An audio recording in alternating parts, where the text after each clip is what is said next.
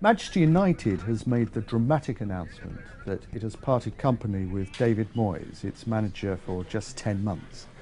Moyes succeeded Sir Alex Ferguson, the most successful manager in football history in Britain, who was manager for 26 years and was instrumental in the appointment of Mr. Moyes last May. With me to discuss the implications of this whole saga is Andrew Hill, the management editor of the Financial Times.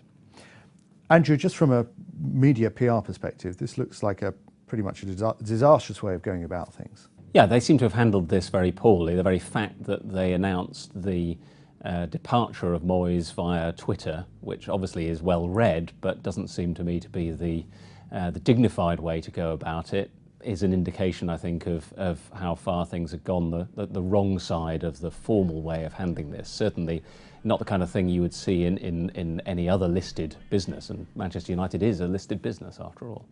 And also they gave Moyes a 6-year contract, and for the best part of 6 months, while United were having difficulties on the pitch, they were going out of their way to say, this is a long-term project, this is a long-term strategy.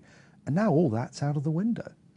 Yeah, it seemed to me a turnaround. Obviously, I think it is a long-term project, and actually one of the things that one could credit Manchester United with over the 26 years, or at least certainly the first 10 years of the Ferguson era, was that they obviously looked to the long term, whereas other clubs latterly changed their managers every 1 or 2 or shorter periods over the beginning of their careers. I felt the dignified thing, the right thing, would have been to have kept him on that long-term objective and said we're not going to be swayed by the short-term opinions of others. But now they just look like any other football club, for whom immediate results is everything. Yeah, I think that's right, and I think it becomes really poses a question in my mind about how David Moyes' successor tackles the job, because they're going to go in thinking, well, this is a club where I need to make the short-term advances. If I can't, I need a safety net, large amount of money usually, to allow me an exit at the end of the season if it doesn't work out. And that's bad, I think, for the United culture. Yes, because the club is now going to have to buy into a philosophy that they thought they had with Moyes. I mean, Moyes, they talked about Moyes being a very, a man of high principles, very dignified chap, worked hard. And those are the values that most attracted the club to Moyes. Yeah, and I think the culture thing is important, because when you have any change, whether it's a change of ownership, a takeover, or a change of chief executive, in this case of the manager, you're bound to have cultural differences. So you try to minimise that as much as possible, particularly when you've got a company, or in this case a club, that's doing extremely well under the previous manager. It should have been the foremost thing they thought. Yes, and the previous manager was the guy who embodied a lot of, he'd been there 26 years, of course he was going to be part of the whole culture and fabric of United. But so we can't criticise United for asking Ferguson to effectively make the appointment, can we? Well, I think we obviously know, in the case of long-standing bosses of companies, Jack Welch is a good example at General Electric, that they're going to have a say in who their successor is, and an influential say.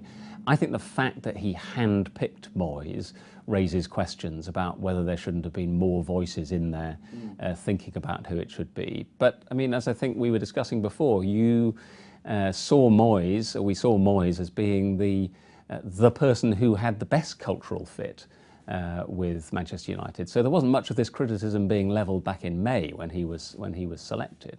So now we have a situation whereby the club, which I think they admit themselves, the owners, the Glazers, the vice chairman Ed Woodward, they're not instinctively natural football people. They have had to learn this, and they're now going to have to make this decision with or without Ferguson's input. After all, Ferguson's still on the board. But the Ferguson choice looks like it's, the Moyes choice looks like it was tainted, it was a wrong decision. So they're over a barrel on this a bit in how they go about the succession. Well, I suppose the only thing that they have to their advantage is that all the research shows that if a company's doing well, you should really pick internally. You should pick an inside candidate to take over as chief executive or manager. If a company is doing badly, you're probably better off picking an outsider. So they're bound to pick an outsider.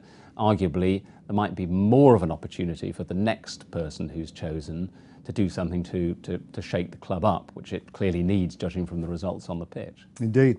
Andrew, we'll look at this with interest. Thanks very much indeed. Pleasure.